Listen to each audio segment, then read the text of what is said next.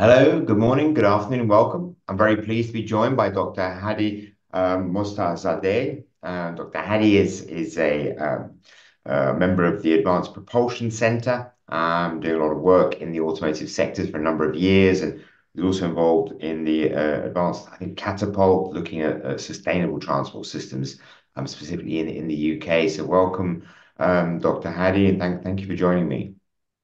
Thank you for having me, And Hadi. you're going to be one of the speakers at next week's World Hydrogen UK event. Going to be looking at the offtake market, and I know you've been doing some research and have produced a report around, I guess, the future of automotive. So maybe do you want to unpick some of the work you're doing? Maybe first to sort of introduce the Advanced Propulsion Centre to people that aren't familiar with the organisation. Yeah, sure.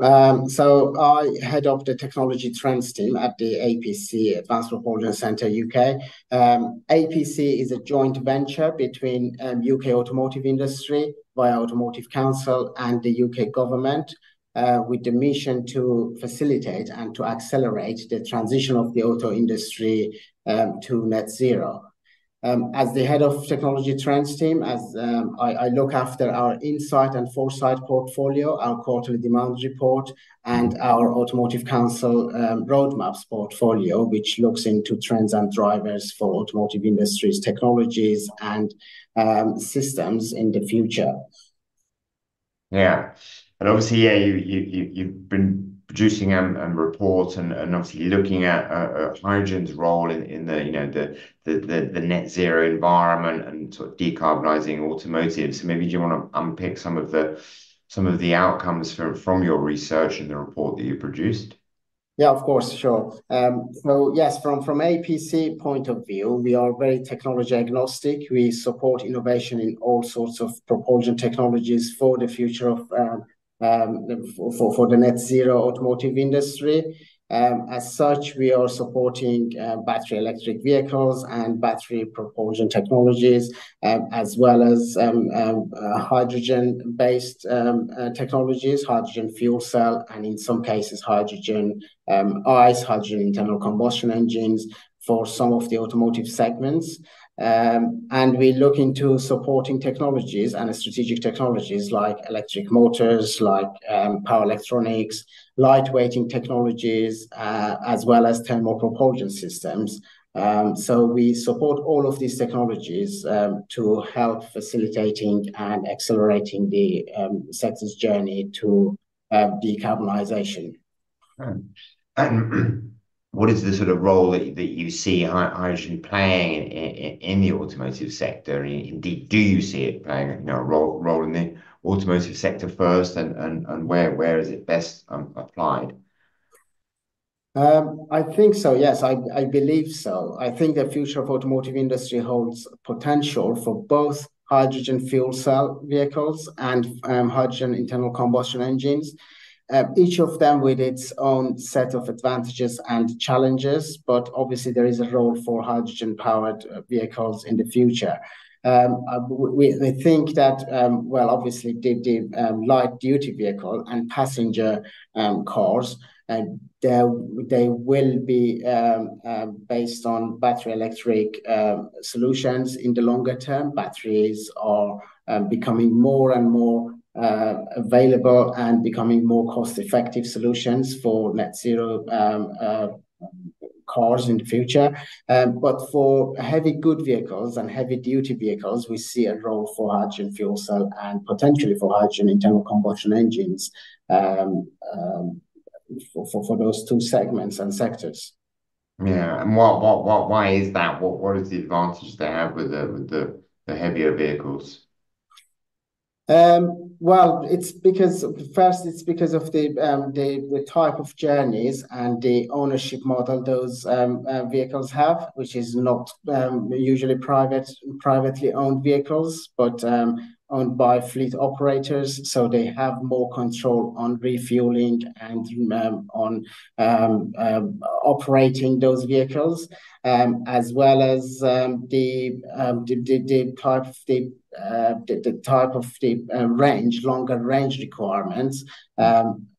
Fuel cell vehicles typically offer longer driving range compared to battery electric vehicles, making them suitable for long distance travels and without the need for frequent refueling. Also, fast refueling of hydrogen fuel cell and potentially hydrogen ice propulsion technologies compared to batteries, providing a similar kind of fueling experience to traditional fossil fueled vehicles and addressing the range anxiety concerns for heavy good and heavy duty sector.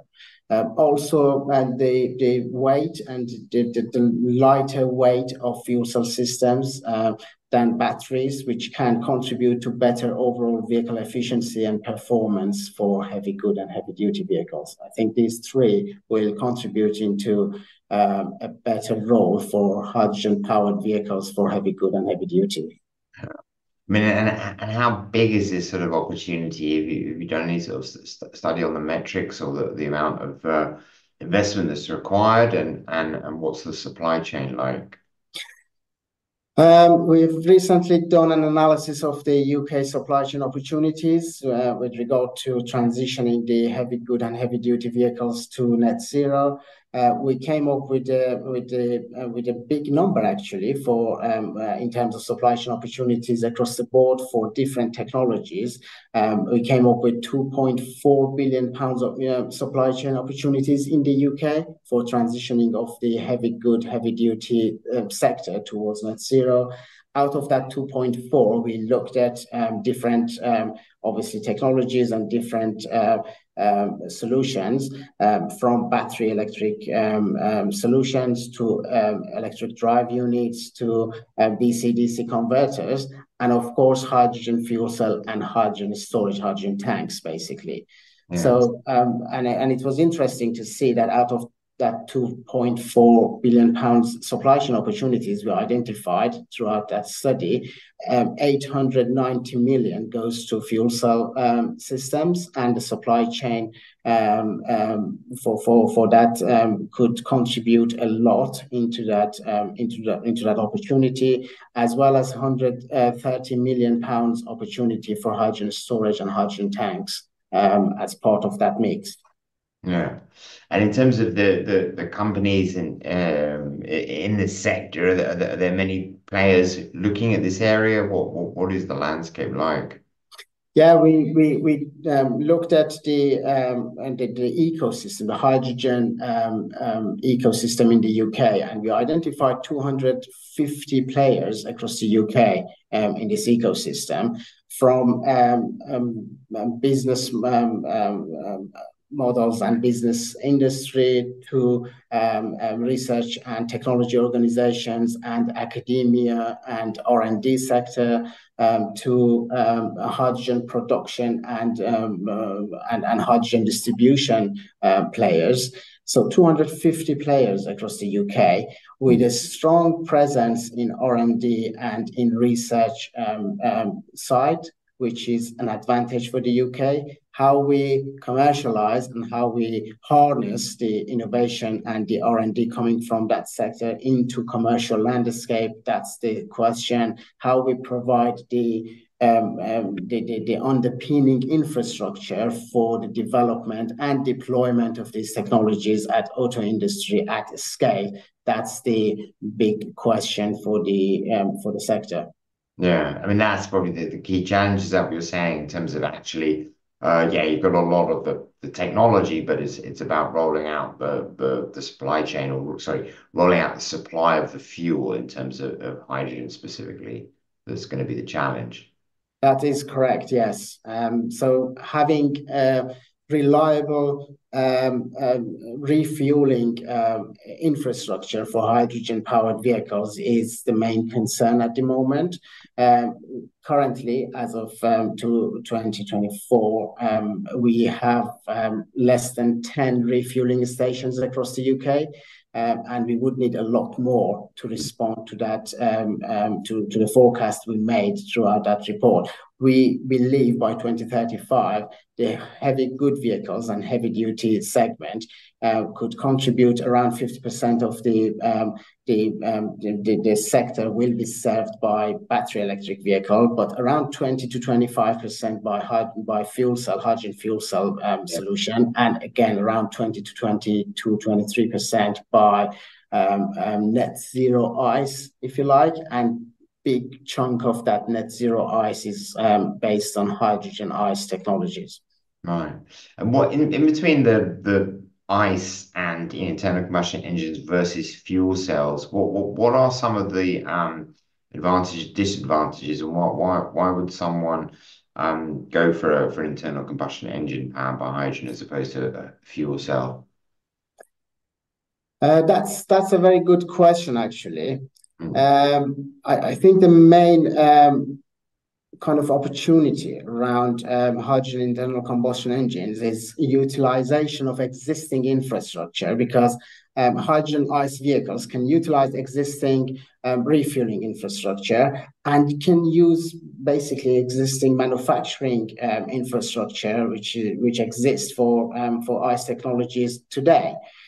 Well, excellent. Well, many thanks, Dr. Hadi Moztarzadeh. It's been fascinating to talk to you, fascinating to get your insight. As I said, you're going to be there at World Hydrogen UK next week and looking at the panel debate, looking at the automotives and well, particularly the point of view from the off-takers in terms of trying to demand the fuel and hopefully get the supply out there and the infrastructure built.